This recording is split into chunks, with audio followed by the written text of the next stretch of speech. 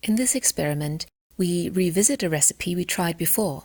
In our earlier attempts, we had found that the prescribed ratios of ingredients did not lead to the desired results.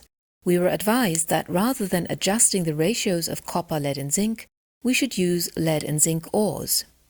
The recipe then reads as follows.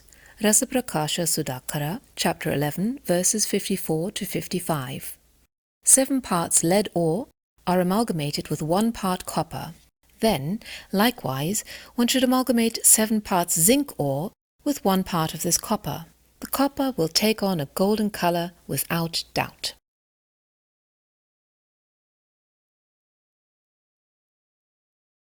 These are the ingredients: 1 part copper to 7 parts galena or lead sulfide and 7 parts calamine or zinc ore.